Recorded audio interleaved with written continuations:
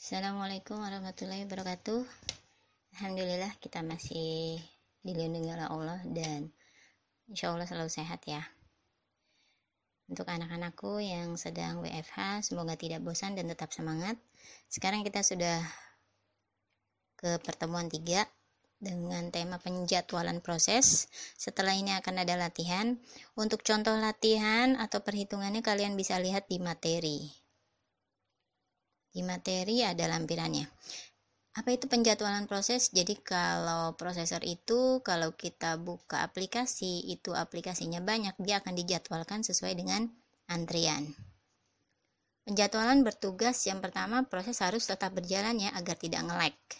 Dan kapan dan berapa lama proses tersebut. Ada yang memang prosesornya lemot, ada yang cepat, tergantung prosesornya. Ini kriteria penjadwalan yang betul. Yang pertama adalah adil. Kenapa dikatakan adil? Agar semua proses dapat tampil dan tidak ada yang error, tidak kebagian layanan. Lalu yang kedua, efisiensi. Efisiensi ini berhubungan dengan efisien, berarti berhubungan dengan waktu atau uang. Waktu ya. Jadi waktu operasi sistem komputer agar lebih dipercepat. Makanya ini butuh proses penjadwalan yang lebih ringan, maka dia lebih cepat. Yang ketiga adalah waktu tanggap atau response time. Ini berkaitan dengan waktu lemot atau tidak. Waktu dari saat kemunculan suatu kejadian sampai instruksi pertama. Waktu tanggap ini ada 2, ada interaktif dan waktu nyata. Interaktif ini adalah waktu yang dihabiskan dari saat karakter terakhir sampai hasil pertama muncul. Waktu nyata ini waktu dari saat kemunculan suatu kejadian sampai instruksi pertama dieksekusi. Itu bedanya. Kriteria penjadwalan selanjutnya adalah turnaround time. Waktu yang dihabiskan dari saat proses atau job mulai masuk ke sistem sampai proses itu diselesaikan sistem.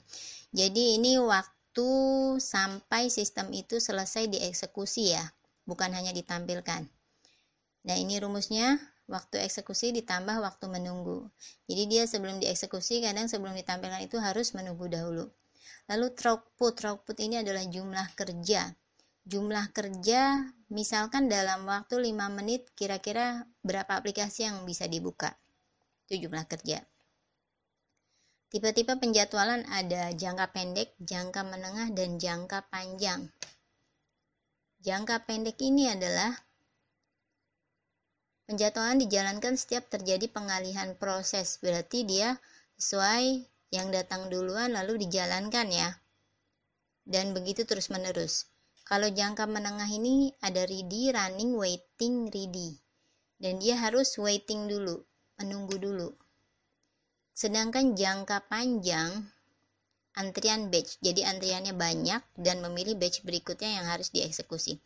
Antriannya banyak tapi bisa jadi antrian yang mungkin lebih sedikit kapasitasnya itu didahulukan.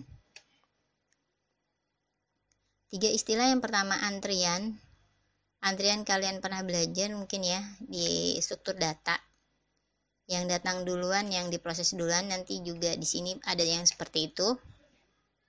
Lalu proses ini berada dalam memori utama. Yang kedua ada prioritas, ada preemsi. Kalau prioritas ini, proses itu langsung berada di bagian paling depan pada antrian itu sambil menunggu sampai kerja prosesor selesai, tapi tidak diberhentikan ya.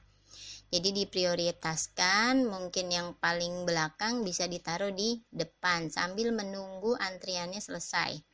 Kalau preemsi ini yang belakang bisa diletakkan di depan tapi memberhentikan kerja prosesor, memberhentikan antrian yang lain, itu preemsi. Ini adalah lama proses, lama tanggap. Lama proses ini lama loadingnya, kalau bahasa gaulnya mah. Kalau lama tanggap adalah waktu yang diperlukan, waktunya yang diperlukan untuk proses sampai selesai. Kalau yang proses tadi tidak sampai selesai ya. 2 macam lama tanggap. Yang pertama turnaround response time, tadi sudah dijelaskan di sebelumnya, tapi perbedaannya adalah kalau response time ini tidak memperhitungkan lama waktu. Kalau yang turn around memperhitungkan lama. Ini ada rumus penjadwalan, ada waktu sia-sia, ada RT, ada penalti, lalu ada jumlah TI, nanti akan digunakan di proses penjadwalan. Kalau kalian bingung, nanti kita akan langsung praktek saja ya, langsung latihan. Ada algoritma penjadwalan, yang pertama PTPD, pertama tiba, pertama dilayani. Jadi ini seperti antrian ya, kalau kalian datang pertama maka pertama dilayani. Nah, ini ada contohnya saat tiba 0, lama proses 4. Saat mulai 0, saat rampung 4. Nah, ini nanti ada rumus tersendiri, kalian bisa lihat di lampiran materi ya. Ada di folder slide di GC. Kita lihat lama proses 4 selalu diawali dari proses yang pertama, yaitu A. A ini ada 4, 1, 2, 3, 4. Dia garisnya ini selalu di tengah-tengah ya. Saat mulai 0, kita lihat 4. Garis di awalnya adalah 0. Ini yang diperhatikan. Lalu saat rampung ini adalah di 4 garisnya.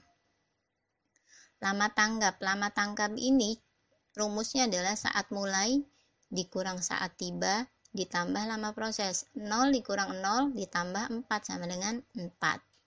Dan begitu seterusnya, lalu dijumlah 40 karena lama prosesnya ada 4, itu 40 dibagi 4 sama dengan 10. Ini A sudah, lalu B itu ada 7 ya. Ini ada 7, berarti B-nya 7 kali. 1, 2, 3, 4, 5, 6, 7. Setelah itu C-nya 3 kali. Lalu dan D-nya 8 kali, sehingga saat rampung yang terakhir adalah di 22. Itu PTPD. Sekarang PTD. PTD ini berdasarkan pendeknya proses yang dilayani, tapi tetap proses yang pertama adalah huruf yang pertama dituliskan. Contoh. Ini dia. Lama proses pasti dia awalnya itu 5 ya. Dari semua itu yang paling pendek adalah C, tapi tetap di awal itu 5 karena 5 itu sudah di antrian pertama. Ini ada 5 A-nya. Lalu C-nya setelah 5 itu yang paling pendek adalah 2. 2 ini dimiliki oleh C. C-nya 2 kali.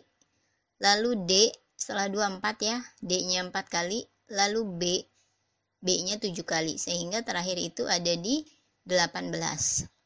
Jumlahnya 27, ratanya berarti 27 dibagi 4, 6,75.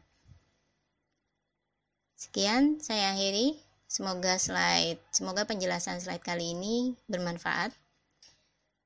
Wassalamualaikum warahmatullahi wabarakatuh.